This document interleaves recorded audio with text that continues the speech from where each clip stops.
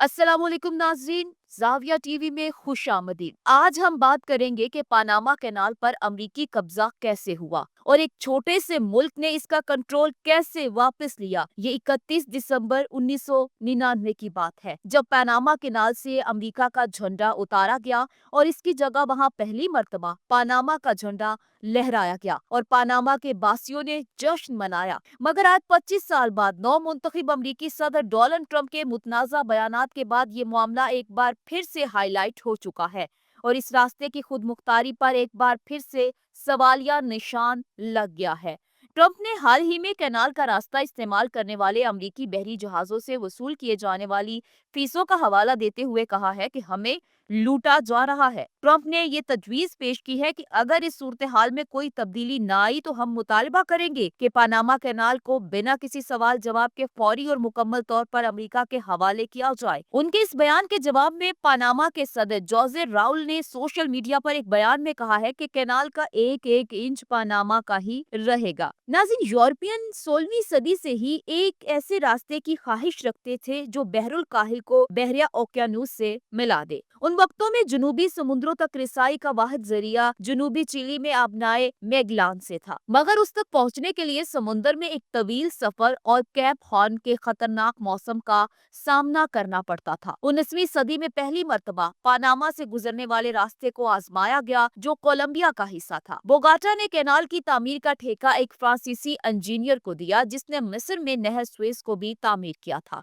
लेकिन मजदूरों को मुतासिर करने वाली बीमारियां, जिनमें बहुत से अफ्रीकी गुलाम थे, जमीन की नमी और मुसलसल बारिश ने इस मंसूबे को दिवालियापन की तरफ लेकर गया। ज्यादातर मजदूर अफ्रीकी गुलाम थे जिन्हें मुख्तलिफ बीमारियां लगी। इसके अलावा जमीन में नमी और मुसलसल बारिशों के बायस ये मंसूबा दिवालियापन के करीब था। मगर उस वक्त उस समुद्री रास्ते में अमेरिका की दिलचस्पी बढ़ी। उस वक्त कोलंबिया एक खाना जंगी से निकल रहा था, एक ऐसी खाना जंगी जिसमें हजारों अफराद हलाक हुए थे। मुल्क के आला हलकों में सियासी तौर पर शदीद तनाव था और इस सब सूरत हाल के बायस ही पनामा को आजादी नसीब हुई। अमेरिका उस वक्त एक उभरती हुई ताकत थी जिसने पोर्टो रिको और क्यूबा का कंट्रोल संभाल लिया था और इसने कोलंबिया के अंदरूनी बहरान को एक बेहतरीन मौके के तौर पर देखा और इसने कैनाल की तामीर का ठेका हासिल करने के लिए $40 मिलियन अदा करने की तजवीज पेश की। कोलंबिया और अमेरिका के दरमियान हैरान हाय मुआहदे पर काम शुरू हुआ, जिसमें मुख्तलिफ शराइत रखी गई। ये खासे पेचीदा मुज़ाकरात थे, मगर 5 अगस्त 1903 को कोलंबिया की हुकूमत ने इस मुआहदे को मुल्क की खुद मुख्तारी की खिलाफ वर्जी करार देते हुए ऐलान किया कि वो इस तजवीज को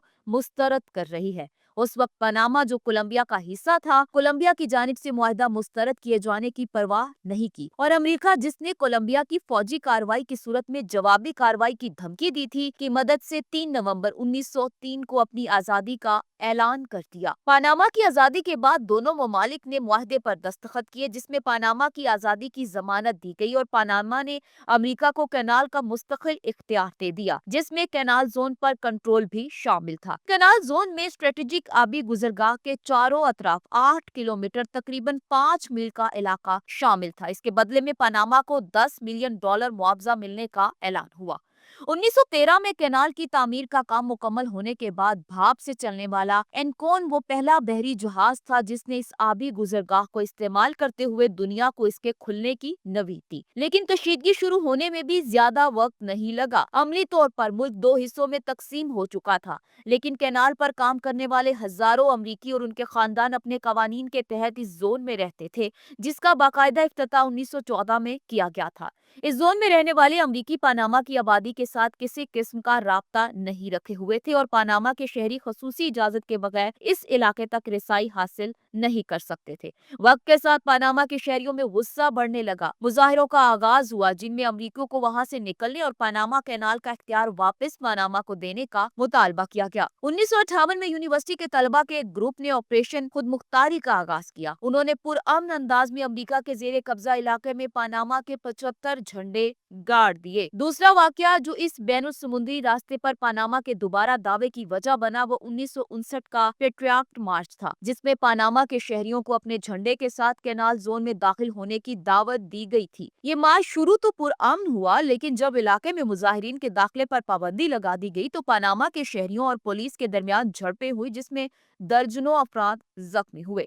दोनों वाकयात ने एक नारे को जन्म दिया जो आगे चलकर पनामा में बहुत मकबूल हो गया, जो झंडा गाड़ता है खुद मुख्तारी हासिल करता है। ये वाकयात बाद के सालों में मजीद एहतजाज का सबब बने। सन 1962 में पनामा के उस वक्त के सदर और अमेरिकी सदर जॉन एफ कैनेडी के दरमियान एक मुआहदा हुआ, जिसमें ये तय हुआ कि कैनाल जोन के शहरी इलाकों में दोनों ममालिक के झंडे लहराए जाएंगे। ताहम जब इस मुआहदे के निफाज का दिन 1 जनवरी 1964 आया तो कैनाल जोन में रहने वालों ने जोन के गवर्नर के अहकामात को नजरअंदाज करते हुए पनामा का झंडा लगाने से इनकार कर दिया। 9 जनवरी को पनामा के नेशनल इंस्टीट्यूट के दर्जनों तलबा अपने स्कूलों के झंडे उठाए कैनाल जोन में पहुंचे और वहां के मकामी हाई स्कूल में पनामा का झंडा लगाने का मुतालबा किया। अमरीकी पुलिस एहलकारों ने उन्हें रोका। तसादुम के नतीजे में 20 से ज्यादा मुजाहिरीन हलाक और सैकड़ों जख्मी हो गए और पनामा के झंडे की बेहुरमती हुई। उस दिन को बाद में यौम शोहदा का नाम दिया गया। इस वाक़े के बाद सदर रॉबर्टो चियारी ने नया मुआहदा होने तक वाशिंगटन के साथ सिफारती ताल्लुकात मुनक़ता कर दिए। जनवरी के वाकयात की तलखी कुछ कम हुई तो 3 अप्रैल 1964 को अमेरिका और पनामा के दरमियान बातचीत का आगाज हो गया। दोनों ममालिक ने मुज़ाकरात को आगे बढ़ाने के लिए खुसूसी सफीरों की तैनाती पर इत्तेफाक किया, लेकिन इसमें मजीद 10 साल लग गए। उस वक्त अमेरिका के नए सदर रिचर्ड निक्सन थे जब अमेरिकी वजीर खारजा हेनरी किसिंजर और पनामा के वजीर खारजा के दरमियान पनामा सिटी में एक मुश्तरका एलामिया पर दस्तखत हुए। इससे पनामा कैनाल के मुस्तकबिल के बारे में हतमी मुआहदे पर काम करने के लिए एक वाज़िया फ्रेमवर्क बना। उस मुआहदे ने कैनाल के कंट्रोल के साथ साथ पनामा के कुछ हिस्से भी अमेरिका के इख्तियार में दे दिए।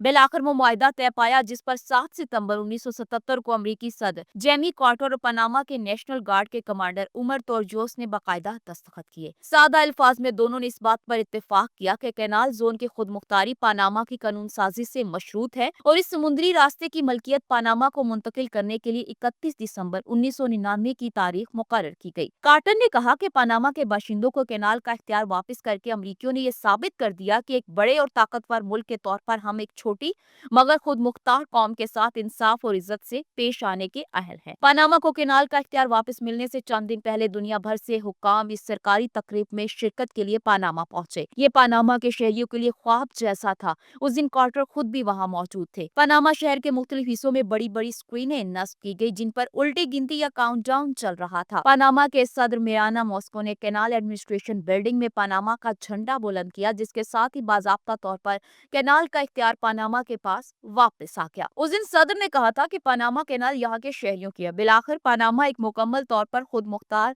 मुल्क बन गया है। आज की वीडियो आपको कैसी लगी कमेंट्स में बताएं। मिलते हैं अगली वीडियो में, तब तक के लिए अल्लाह हाफिज।